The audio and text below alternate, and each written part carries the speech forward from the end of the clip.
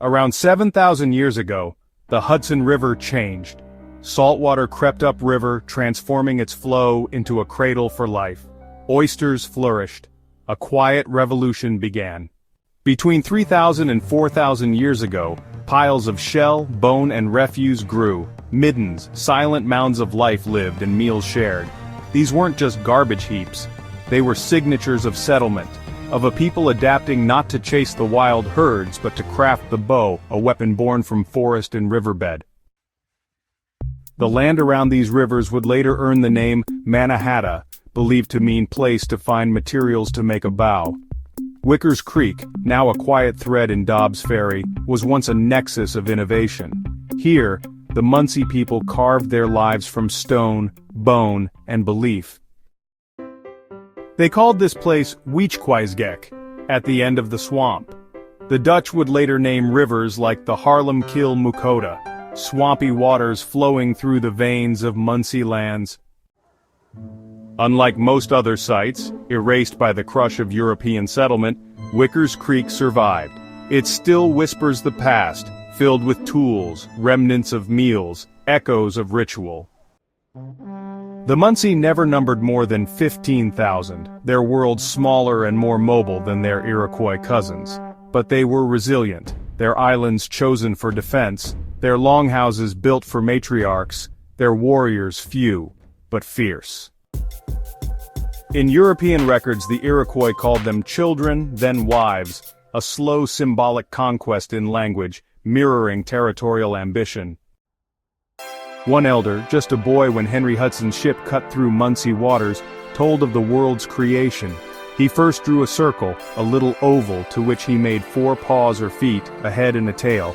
"This," said he, "is a tortoise lying in the water around it," and he moved his hand round the figure, continuing, "This was or is all water." And so at first was the world or the earth, when the tortoise gradually raised its round back up high, and the water ran off of it, and thus the earth became dry.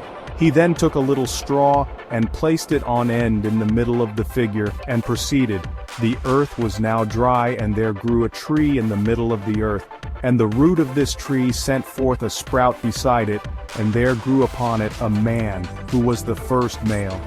This man was then alone, and would have remained alone, but the tree bent over until its top touched the earth, and there shot therein another root, from which came forth another sprout, and there grew upon it the woman, and from these two are all men produced."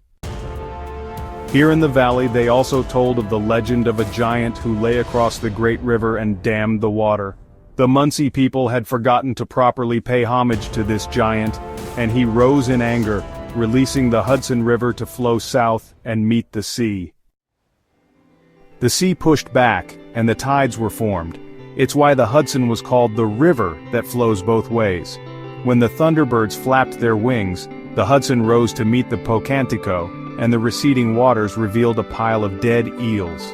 The eels would fertilize a great tree, and it was under this tree that the local natives met to perform their rituals.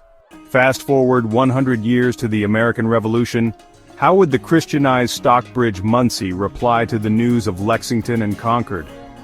An express courier made it to the town on April 21st, and 1 week later 2 companies of Stockbridge warriors had encamped their wigwams near Harvard. The Stockbridge natives had been battling the illegal seizure of their land by the Philippe's dynasty and encouraging guerrilla tactics on behalf of tenants. They had even opened a missionary village amongst the Oneida, furthering the patriot connections between these 2 groups of native tribes. As the Stockbridge Munsee warriors stood ready, they symbolized more than just a response to the call of revolution. They represented centuries of resilience and the unyielding spirit of a people fighting for their lands, their rights, and their place in a rapidly changing world. Their presence near Harvard was a testament to their enduring legacy and their role in the birth of a nation. If you are looking for a true Last of the Mohicans moment, look no further than the Stockbridge Massacre at the hands of the Queen's Rangers. This small but significant battle took place in the northwestern portion of what is now Van Cortlandt Park on August 31, 1778. Leader Daniel Nimmo, a brave and respected figure, was killed along with 40 of his warriors. They were protecting the mainland side of the Kingsbridge area from loyalist groups, standing firm in their commitment to their land, their neighbors, and their new country. The sacrifice of Daniel Nimmo and his warriors was not just a battle in the American Revolution. It was a final sign of Munsee-Lenape loyalty to their heritage, their community, and the ideals they had come to embrace.